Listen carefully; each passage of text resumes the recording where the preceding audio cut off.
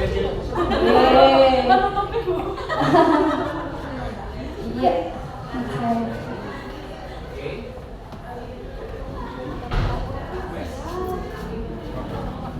Iya. Ayo. Semuanya berdiri. Semuanya tersenyum. Ayo senyum semua. Iya. Karena materi hari ini tentang modul ajar. Nanti terus, aduh kok mumet ya. Sebelum mumet kita senyum dulu. Siap? Yuk.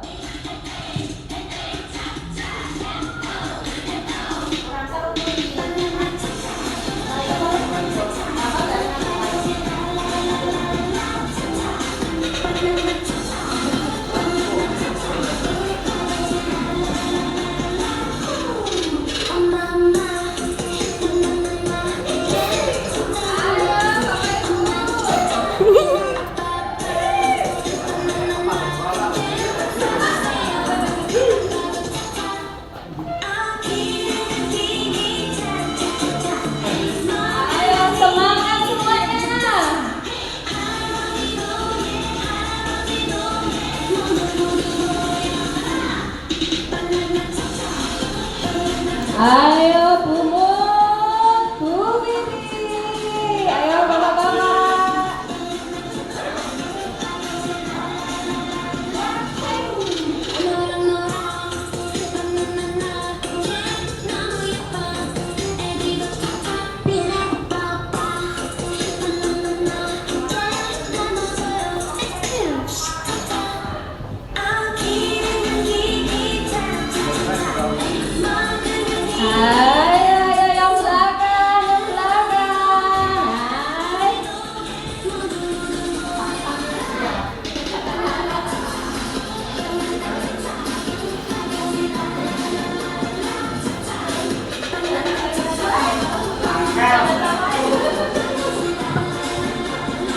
Ayo yang belakang. Ayo persiapan sarang hainya.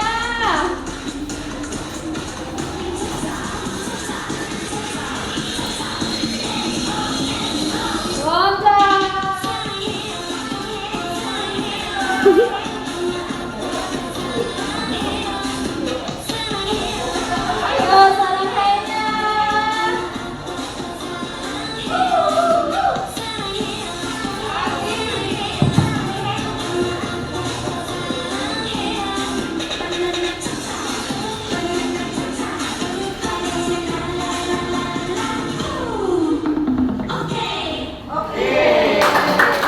Iya, terima kasih. Seperti TV ya.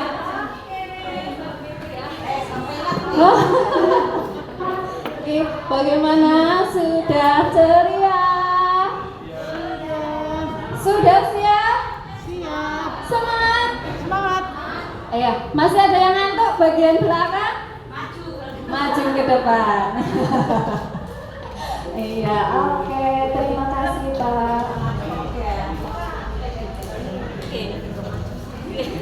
Terima kasih ya Pak Anwar ya sudah membantu saya Pak. Oke. Ya, materi yang akan saya sampaikan hari ini yaitu tentang menyusun modul ajar. Oh, ini kok jadi ruwet ya? Enggak apa-apa, lanjut next Pak. Ya. Oke. Nah, dalam menyusun modul ajar ya, baik kita kan di sini masih ada yang kurtilas nih, SD masih nih, termasuk saya juga kembali ke kurtilas nih. Nah, di sini baik kurtilas maupun kurikulum merdeka ya, sebelum kita melaksanakan pembelajaran itu kita membuat konsep tentang perencanaan pembelajaran. Ya. Rencana pembelajaran disusun berdasarkan alur tujuan pembelajaran untuk mencapai capaian pembelajaran. Pembelajaran ini dapat berupa yang pertama yaitu RPP atau rencana pelaksanaan pembelajaran, dan yang kedua yaitu modul ajar. Sebelum kita masuk ke modul ajar, ya kita kita ulas sedikit tentang RPP dan juga nanti sedikit perbedaannya nih dengan modul ajar. Ya, maaf masih gos-gosan Bapak Ibu. Ya, ini dulu hobinya naik gunung, tapi sekarang senam sedikit saja gos-gosan. Ya. Ya. Masih tetap semangat? Senyumnya mana? Ya. Ini adalah komponen minimum RPP dan modul ajar. Ya, untuk komponen minimum dalam RPP itu ada 3, sedangkan komponen minimum dalam modul ajar itu ada 5. Ya, di sini sudah sedikit ada perbedaan, ya. Ya, untuk RPP yang pertama yaitu tujuan pembelajaran. Ya, ada tujuan pembelajaran. Yang kedua ada langkah-langkah dalam kegiatan pembelajaran. Biasanya RPP itu kan dibuat untuk 1 kali pertemuan atau bisa juga lebih, nih. Nah, yang ketiga yaitu ada asesmen pembelajaran. Ya, untuk asesmennya sendiri pada RPP itu ada di awal pembelajaran dan di akhir pembelajaran. Asesmen di awal pembelajaran itu tujuannya untuk mengetahui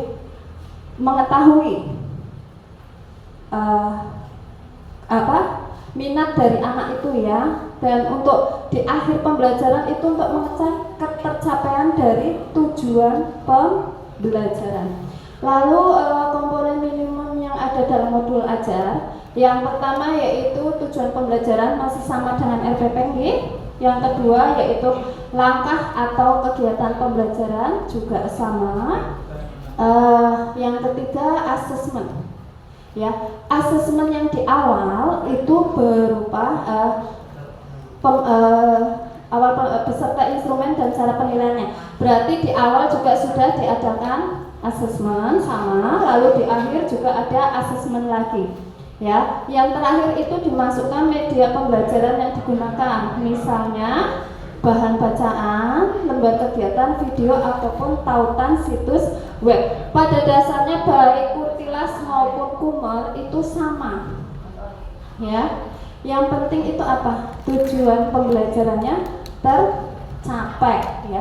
Apalagi untuk Kummer itu, ya. Cuma dalam kurikulum Merdeka ini lebih dikedepankan yaitu pembelajaran berdiferensiasinya. Ya, seperti materi yang sudah saya berikan yang lalu yaitu tentang pembelajaran berdiferensiasi. Nah, untuk kurikulum Merdeka itu lebih ditekankan pada pembelajaran berdiferensiasi dan berpihak pada anak atau siswa. Seperti itu, nih, Bapak Ibu, hampir sama. Terus next, Pak. Sampai sini apakah kecepatan Bapak Ibu? Terlalu cepat? Ya, sedikit ngebut enggak apa-apa, nggih? Enggak apa-apa. Nanti kita masih membahas mitos atau fakta. Ya, untuk yang selanjutnya yaitu pilihan dalam membuat rencana pembelajaran, dalam pembuatan perencanaan pembelajaran. Yang pertama yaitu menggunakan inspirasi. Ya, guru harus sering-sering mencari inspirasi, ya. Semisal Bu Willy kok nggak ada di kantor, di mana? Di perpustakaan, berdiam diri. Kalau ditanya sedang apa Bu Willy? Mencari inspirasi, seperti itu, ya.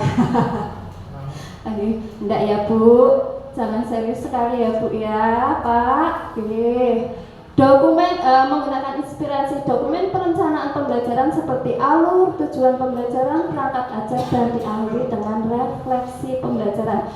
Refleksi pembelajaran seperti yang sudah saya sampaikan yang lalu pada materi berdiferensiasi, itu guru bisa menanyakan kepada siswanya bagaimana pembelajaran pada hari ini, bagaimana perasaanmu, apa kesulitanmu, dan lain-lain, bisa dikembangkan sendiri. Untuk yang kedua yaitu melakukan modifikasi, ya.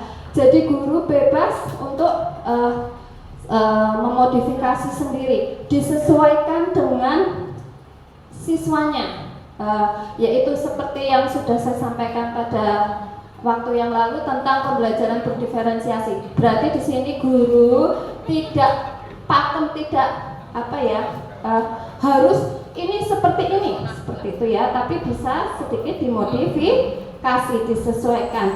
Ada ATM. Apa itu ATM? Ya, coba Bu Widi, ATM apa Bu Widi? Ini Bu Widi nih. Ya, Bu Widi ini senior saya, Bapak Ibu. Nih, ATM.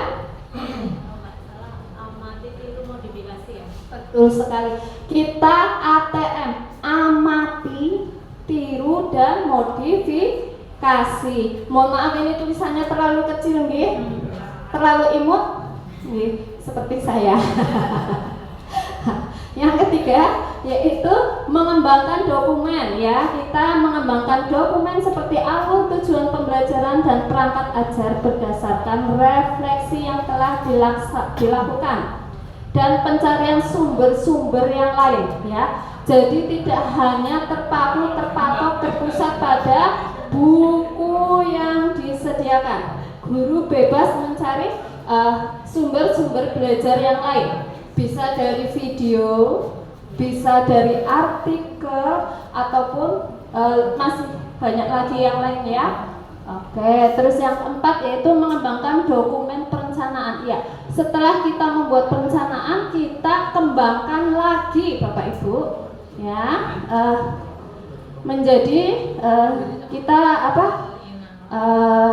agar yang kita buat itu lebih bervariasi, ya, dan menjadi inspirasi bagi orang lain, itu guru yang lain. Oh iya, setelah saya melihat Pak Anwar mengajar dengan perangkat-perangkat pembelajaran yang beliau buat menjadi sebuah inspirasi bagi saya, lalu saya ATM-kan ya, bukan saya taruh bank Pak Anwar ya, lalu saya amati, tiru dan modifikasi untuk lebih lagi ya, lebih bervariasi lagi seperti itu.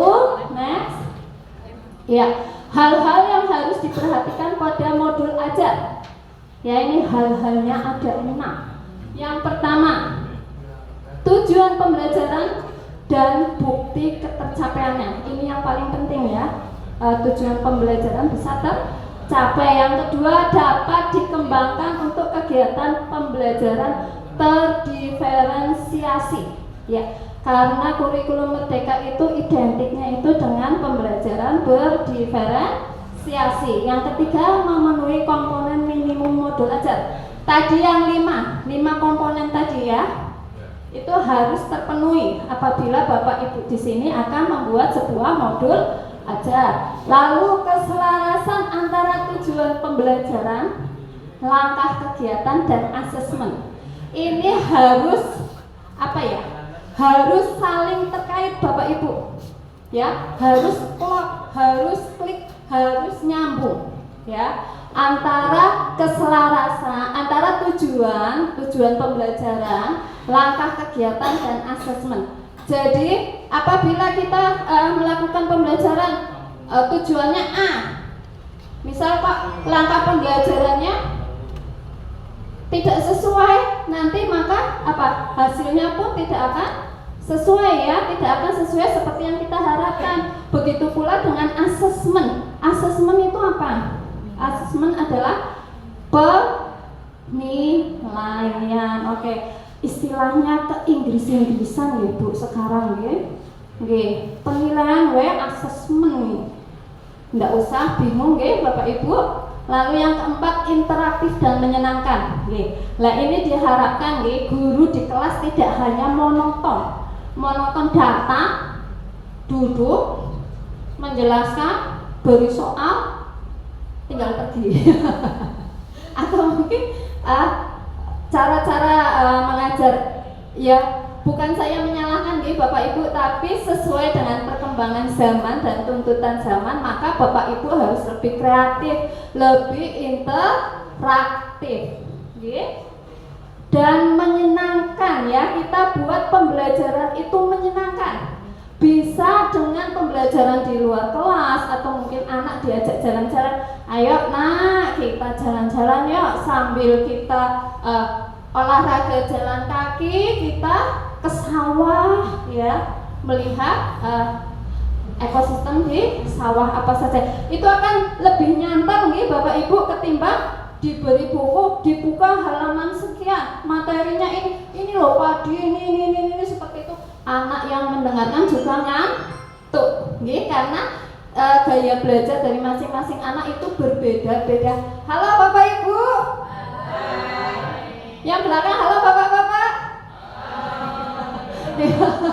Ini bapaknya ngantuk ini. Oke, terus yang keenam, yang terakhir adalah mudah untuk dibaca. Ya, bahasa yang digunakan, yang kita tuliskan itu enak, ya, tidak terlalu yang sulit-sulit, ya, karena anak SD itu kan masih untuk kosakatanya, untuk penyerapannya itu masih sederhana, nih, kata-kata yang sederhana, nih. Bisa dipahami Bapak Ibu semua? Bisa?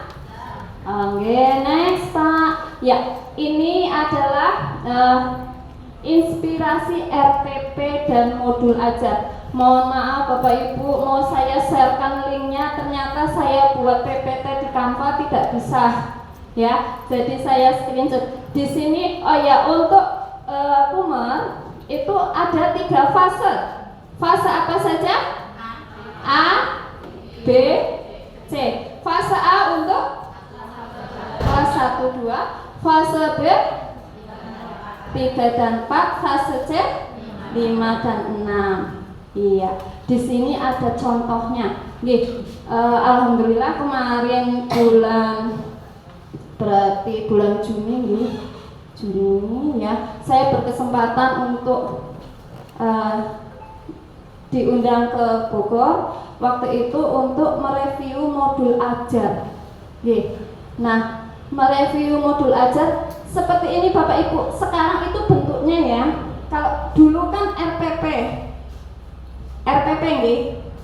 Ya, sekarang modul ajar itu lebih apa ya? Lebih menarik, lebih canggih. Di sini kita bisa memasukkan barcode ya. Jadi tidak hanya lembaran kertas yang kita bawa, yang kita pakai, tapi bisa menggunakan elektronik ya, bisa menggunakan HP dan lain sebagainya.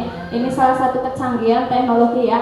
Nah, di sini yang saya review adalah punya Bu Laila Rofihotul Thoyibah MPD, ini dari Blitar, Jawa Timur ya. Nah, Bu Laila ini ya, beliau itu membuat modul ajar tentang di sini fasenya fase C, karena saya bagian fase C kemarin ya, demonstrasi konsep gelombang cahaya. Ya, tampilannya menarik nggih? Ya tidak, tampilannya menarik kan? Ada anak 2 lagi bergandengan. Oh, ya lagi hore-hore ya. Nah, di sini ya disertakan barcode. Barcode ini berarti semua orang bisa mengakses ya, walaupun tidak punya modulnya bisa diakses dengan barcode. Di sini yang pertama itu tetap, yaitu tujuan pembelajaran. Ya, lalu ada langkah-langkah kegiatan ya. Di sini kecil sekali ya, kecil sekali ya. Coba. Ya, nanti akan saya share linknya, Bapak Ibu bisa panjenengan bisa nih di HP. Ya, di situ ada bisa dibesarkan lagi enggak Pak? Biar enggak bisa nih. Oh iya. Ya, ada tujuan pembelajaran, lalu kegiatan pembelajaran. Nah, di sini karena menerangkan tentang gelombang cahaya, maka Bu Laila itu mengadakan praktek langsung Bapak Ibu, tidak hanya teori. Sudah terlihat Bapak Ibu? Sudah? Ya. Di sini ada tujuan pembelajaran, mendemonstrasikan konsep gelombang bunyi dan cahaya serta bagaimana penerapannya dalam kehidupan sehari-hari. Nah, kegiatan pembelajarannya next Pak, sama seperti yang telah kita lakukan nih Bapak Ibu. Pertama, guru membuka pelajaran dengan salam, berdoa, presensi, lalu menyimak. Guru menyampaikan tujuan pembelajaran. Ya, ini yang sering terlewat dan terlupakan Bapak Ibu. Bahwa ketika kita memulai, ya jangan lupa untuk menyampaikan tujuan pembelajaran. Jadi seperti ini, anak-anak hari ini kita mempelajari tentang ya seperti itu gitu ya. Lah, jangan kelewat, jangan terlupa untuk menyampaikan tujuan pembelajaran kita hari ini adalah ya seperti itu ya. Jangan sampai terlewatkan, itu hal yang utama ya dalam proses belajar. Oke, lalu melakukan persepsi, guru memberikan pertanyaan pemantik dan bisa guru menyetelkan video ya, atau jika tidak menggunakan video bisa dengan teks bacaan ya, nanti bisa dimodifikasi sendiri nggih Bapak Ibu. Oke, pripun Pak? Perlu pretest nggak? Pretest asesmen awal Pak. Nggih sampun. Nggih, harus dilakukan nggih. Ke dalam kumar itu ada asesmen awal dan asesmen akhir ya. Asesmen awal itu yaitu tadi seperti yang disampaikan di depan tadi untuk mengetahui apa kesiapan siswa ya, belajar siswa. Lalu di sini guru jangan pasif nih Bapak Ibu. Guru harus aktif, interaktif dengan melontarkan kalimat-kalimat atau kata-kata pertanyaan pemantik ya. Misalkan menerangkan tentang cahaya.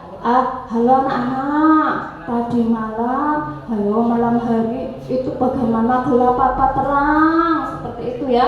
Bisa dipancing dulu seperti itu ya. Jangan monoton langsung ke materinya ini tidak nggih, harus kita pancing dengan pertanyaan-pertanyaan pemantik agar siswa dan murid lebih antusias ya. Halo. Halo. Iya. Alhamdulillah sudah tersenyum kembali ya Pak. Terus nah di sini agar siswa lebih aktif ya, guru membagi menjadi beberapa kelompok seperti yang sudah saya sampaikan sebelumnya tentang pembelajaran berdiferensiasi. Dalam pembagian kelompok siswa dibebaskan, guru tidak boleh menentukan ya. Siswa bebas memilih kelompoknya sesuai dengan minat belajarnya ya, profil belajarnya. Oke? Ya. Lalu di sini setelah siswa dibagi menjadi beberapa kelompok lalu melakukan praktikum ya. Next Pak, ini sekilas saja nih Bapak Ibu. Ya, di sini di dalam modul ajar juga ada LKPD. Ya, LKPD. Apa LKPD? Betul, lembar kerja peserta didik ya. Nah, guru tidak yang diharapkan itu tidak hanya mengandalkan LKS saja nggih. Ya, setelah ini buka LKS halaman 15 kerjakan. Tumpuk seperti itu tidak ya. Tapi guru memiliki kreativitas untuk membuat LKPD. Ya, jadi dalam modul ajar itu terdapat LKPD. Di situ ada LKPD 1, LKPD 2. Lalu ya, next ya. Dan video untuk media itu dicantumkan sekalian di modul ajar nggih, link-linknya bisa menggunakan barcode ya. Kemarin barangkali yang sudah di diklat ada cara untuk membuat barcode nggih? Kemarin ada. Ya, nah setelah dibuat barcode lalu dimasukkan, disertakan di dalam modul ajar. Jadi nanti kita itu tinggal pakai HP, tinggal diklik keluar seperti itu ya. Nah, lalu untuk bukunya pun juga disertakan sumber belajarnya ya. Untuk LKPD-nya pun juga disertakan di barcode, semua menggunakan barcode ya sekarang. Lalu untuk LKPD-nya itu ada 4 ya. Di sini ada yang berupa percobaan, ada sifat-sifat cahaya ya, ada 4. Oke Pak, ini hanya sekedar contoh saja nih Bu. Jadi diusahakan nih kemarin Bapak kalau saya tidak salah nih Pak, kalau dari Pak Kadinya sendiri menyuruh agar tidak ada LKS nih Pak. Nggih, agar guru membuat sendiri LKPD-nya nggih. Lalu next, lalu terakhir dicantumkan rangkuman. Ada rangkumannya, tidak hanya soal tok terus sudah selesai, tidak seperti itu ya. Disertakan juga rangkuman. Ya, rangkuman materi. Itu adalah bagian-bagian yang ada di dalam modul ajar. Apakah saya terlalu cepat Bapak Ibu? Tidak. Terlalu cepat? Bisa dipahami tidak? Sadar? Di sini jadi materi yang akan kita sampaikan itu dalam hari itu di modul ajar itu dimasukkan seperti itu ya, dibuat dalam satu modul ajar. Lah, modul ajar ini sama seperti RPP ya, yaitu bisa digunakan untuk beberapa kali pertemuan. Tidak hanya alah sungkan Bu sekali pertemuan buat satu modul ajar setebal itu, tidak ya. Ini bisa digunakan untuk beberapa kali ya. Oke, next. Thank you. Oh sudah thank you ya, tahu sudah thank you. Nggih, bagaimana Bapak Ibu? Masih ada waktu bisa untuk latihan membuat? Atau mau langsung lanjut ke mitos atau fakta? Oke, baiklah ya. Ini ada ini seperti apa sih, acara televisi apa ya Bu ya, yang ini mitos atau fakta seperti itu ya. Jangan ditunjukkan dulu ya Pak, ditutupi ya Pak ya. Oke, kita tebak-tebakan nggih Bapak Ibu. Siap? Siap, kita bermain tebak-tebakan. Ayo Pak. Masuk Pak. Oh, saya tak dari belakang biar yang belakang semangat. Iya, ini yang belakang agak nggak semangat. Ya, yang pertama, mitos atau fakta? Udah ditebak dulu langsung mitos. Loh Pak, kok pergi? Lah saya gimana?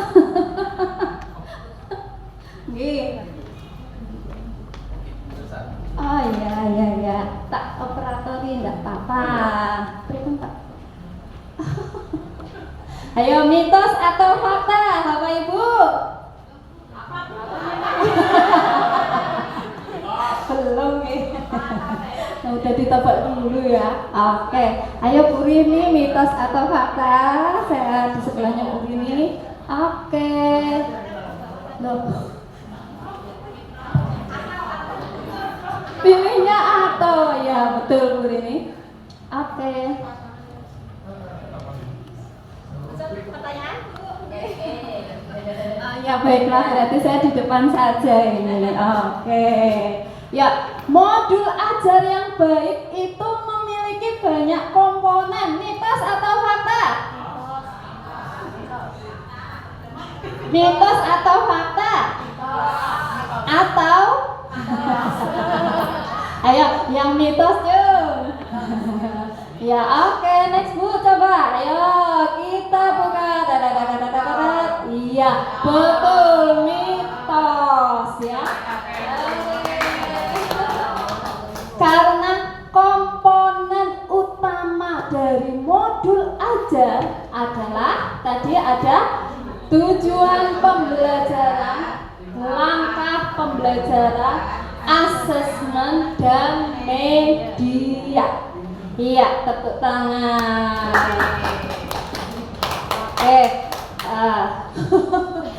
Next, Bu.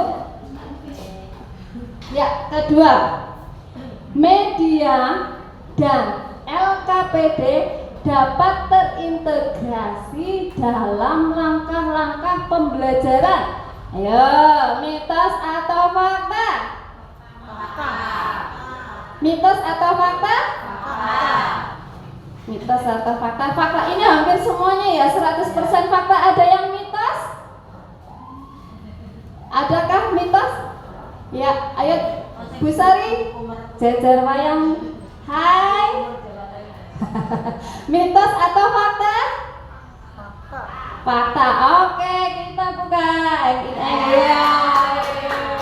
Seperti yang tadi saya jelaskan di contoh referensi dari media, dari modul ajar ya, media dan LKPD itu terintegrasi, bisa dimasukkan dalam langkah-langkah modul ajar secara langsung, baik berupa link ataupun gambarnya boleh. Misalkan kok susah, bingung untuk link-link, mencantumkan link, bisa di screenshot saja lalu gambarnya dimasukkan ke dalam media, ke dalam modul ajar. Masya Allah, kok media terus ya Pak?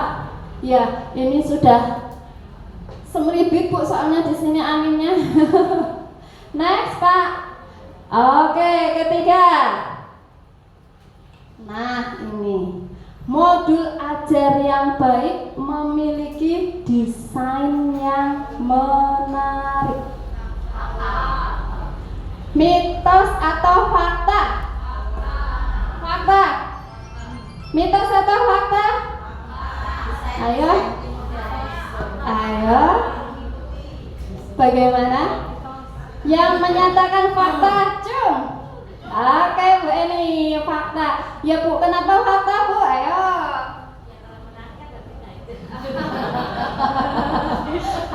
Kalau menarik berarti baik. Oke, terus yang mitos, cung. No, jadi tidak ada yang jawab semua. Aku takut ditanya alasannya.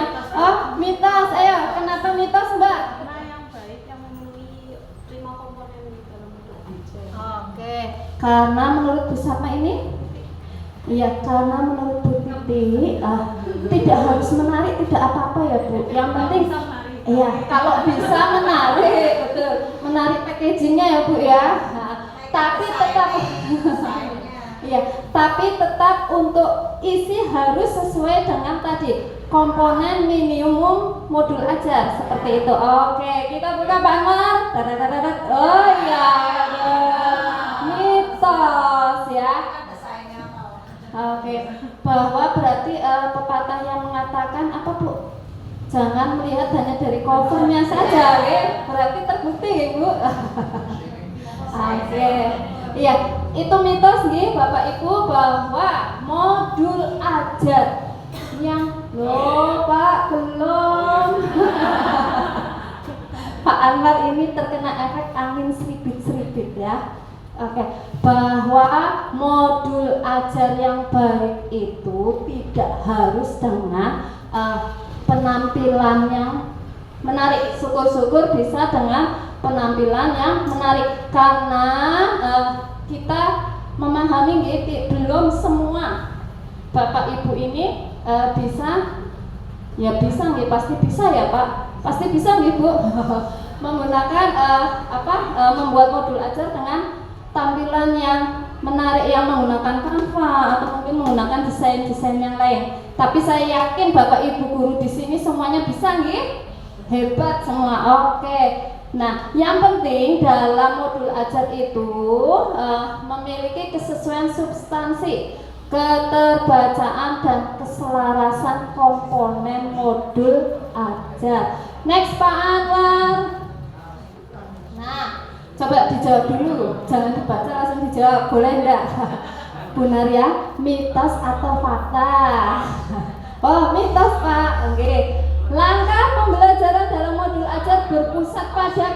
kegiatan guru. Nah, mitos atau fakta? Mitos. Mitos. Setuju, sepakat mitos semua?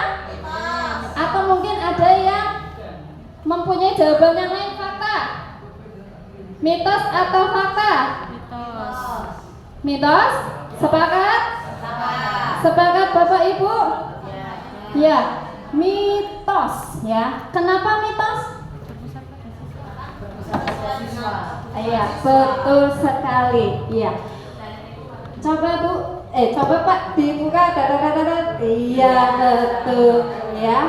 Oke, karena kurikulum Merdeka ini identik atau kental dengan pembelajaran yang berpusat kepada anak, ya. Guru di sini fungsinya itu memfasilitasi, ya, dari anak yang A, B, C, D, E, F, G, H dan seterusnya. Nah, guru itu harus bisa, ya, harus bisa memfasilitasi dari masing-masing murid tersebut. Sepakat? Berarti pembelajaran kita mulai hari ini berpusat kepada. Ayo, sudah sepakat lo ya. Oke, jadi misal ada yang tidak sesuai dengan kita, jangan terus bocah begini ya, sampai muncul. Ya, ayo sudah sepakat. Oke, lanjutkan Pak. Oke, yang kelima. Halo Bapak Ibu. Masih semangat? Perlu senam lagi tidak? Tidak. Oke, asesmen sumatif tidak harus dilakukan dalam setiap pertemuan pembelajaran. Nah, asesmen tadi yang di awal dan di akhir itu wajib tidak, ya berarti tidak. Maksudnya asesmen sumatif tidak wajib dilakukan dalam setiap pertemuan pembelajaran. Mitos atau fakta? Mitos atau fakta? Ayo, yang tengah belum bersuara. Mitos atau fakta, Bu? Fakta. Bu Mut? Fakta. Pak Anwar? Bu Eni? Oh, mitos ya. Oke, ya. Ini berdiferensiasi namanya ya, Bu ya. Berbeda-beda. Ya, kenapa fakta? Coba saya tanya, kenapa kok fakta? Ayo, kenapa Bumut? Kenapa fakta Bumut? Oke.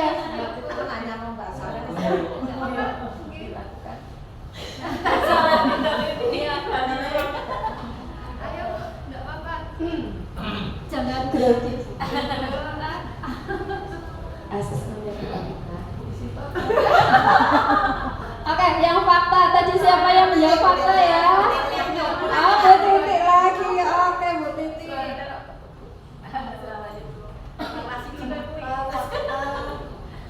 Salah-salah dibenerin gitu. Enggak ada yang salah.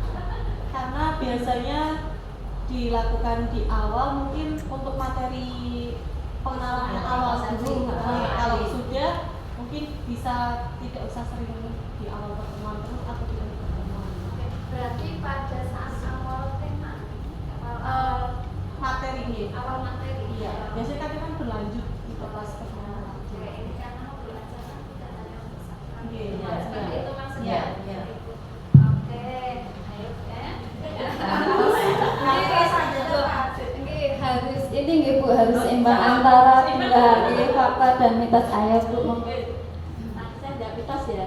Asesmen sumatif tidak harus selalu dilakukan dalam setiap pertemuan pembelajaran, karena setiap pertemuan itu biasanya kita formatif bukan sumatif gitu. Itu bahkan ya seperti itu. Oke, sip, dua jawabannya. Oke, yang bagus. Ya, Pana. Iya, fakta ya, bahwa asesmen sumatif dilakukan ketika materi telah selesai. Itu berarti wajib. Tidak wajib ya. Gimana? Ya, guna. Saya kan jadi orang ini ya. Ini kan tadi pertanyaannya tidak wajib wajib nggih, berarti itu adalah fakta, berarti tidak harus Bapak Ibu nggih. Karena asesmen sumatif ini dilakukan ketika materi sudah selesai guna mengukur ketercapaian tujuan pembelajaran. Untuk mengukur seberapa berhasil kita dalam melakukan pembelajaran ya, proses belajar mengajar itu berhasil atau tidak ya. Apabila sudah berhasil berarti dilanjutkan ke materi atau tahap selanjutnya. Apabila tidak akan dilakukan apa seperti itu, kita koreksi lagi ya. Next, sudah ya Pak. Oh, masih ada satu lagi ya, paling terakhir ya Pak ya. Oke, mitos atau fakta. Sekarang untuk yang bagian belakang sendiri ya, kelas ketiga. Saya tak ke belakang tapi muter dulu ini Bu. Ya, ayo yang di belakang ini saya tak ke belakang. Oke, asesmen sumatif adalah asesmen yang paling sering digunakan. Mitos atau fakta? Mitos atau fakta? Pak, mitos atau fakta Pak? Mitos atau fakta Pak? Kelihatannya fakta. Dalam? Saya tak ke situ Pak, tapi kok ditutup dengan Pak Sinten ini dibukakan pintu. Terima kasih. Ya, terima kasih Bapak. Nggih, dengan Pak Sinten niki.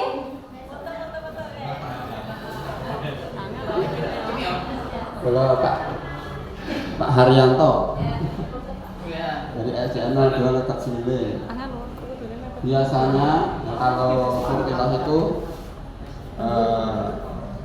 fakta, tapi kalau kumer berarti mitos.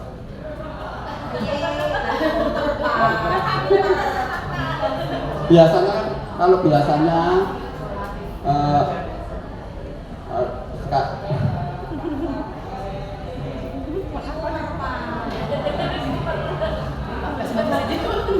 berarti kalau menurut keadaan sekarang berarti fakta kan itu lalai lah.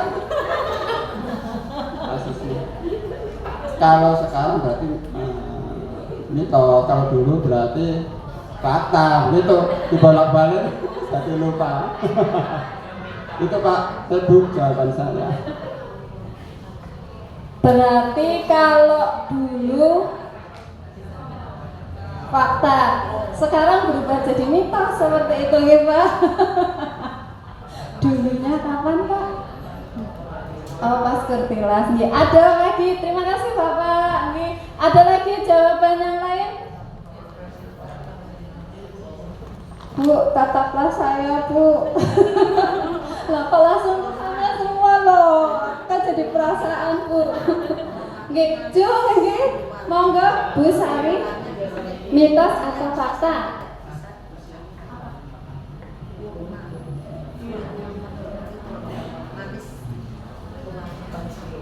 Kalau menurut saya mitos.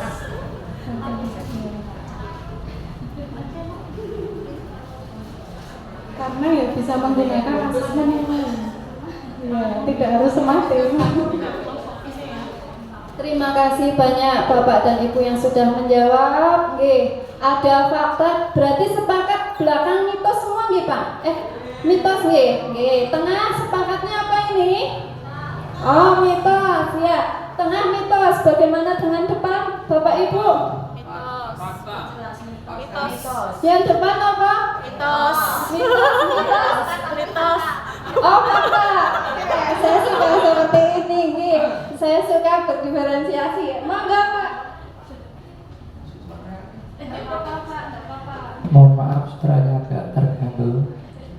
Kalau kita pembicaranya ini adalah kumer, ya kalau kumer itu asesmen sumatif, itu asesmen yang sering dilakukan karena setiap pertemuan bisa dilakukan untuk sumatif. Tapi kalau kita pembicaranya itu kurikulum 13 itu kan pada akhir semester yang Matur nuwun sangat Pak Tolib. Nggih. Kita buka nggih Bapak dan Ibu. Iya, mitos. Tepuk tangan yang mitos Bapak Ibu. Nggih, karena asesmen formatif ini membantu untuk mendapatkan informasi atau memberikan umpan balik cepat. Ya, di awal pembelajaran ya. Tujuannya mengetahui kesiapan dan kebutuhan belajar siswa untuk mencapai tujuan pembelajaran dan merencanakan pembelajaran. Sedangkan di tengah pembelajaran mengecek progres atau efektivitas pembelajaran. Nilai sumatif yang digunakan untuk melihat ketercapaian pembelajaran. Oke Bapak Ibu? Iya, tepuk tangan. Oh ya, ini Bapak Ibu nun sewu, ini ada info penting dari pusat nih. Saya supaya menyampaikan ke rekan-rekan semua ya untuk nilai. Kalau zaman kalau pada waktu kemarin dahulu itu nilai kan kita ambil beberapa, lalu dirata-rata. Itu yang masuk ke rapor. Nah, untuk saat ini tidak boleh seperti itu. Lah, gimana Bu? Ya, jadi dari guru dibebaskan untuk mengambil berapapun nilai lebih mau 3, mau 2, mau 4 dan sebagainya. Nah, itu hanya satu yang diambil, yang terbaik. Ya, bukan di rata-rata lalu diambil, tapi dari kesekian nilai yang kita ambil itu diambil yang paling bagus, yang paling baik. Oke Bapak Ibu? Oke? Ya. Materi yang saya sampaikan ini terlalu cepat tidak Bapak Ibu? Cukup? Oke, tapi sebelum saya akhiri, saya mau berpantun ya, mau berpantun ya. Saya minta dari Bapak Ibu mengucapkan cakep seperti itu ya. Siap? Biar semangat, biar rame. Dalam? Cakep seperti Facebooker nih. Oke. Halo Pak. Halo Pak Lego Cile. Iya. Oke. Burung dara, burung cendrawasih. Cari dulu di Papua. Cukup sekian dan terima kasih. Semoga bermanfaat untuk kita semua. Sekian, kurang lebihnya saya mohon maaf sebesar-besarnya. Saya akhiri. Wassalamualaikum warahmatullahi wabarakatuh. Saya kembalikan ke Bu Mukmain.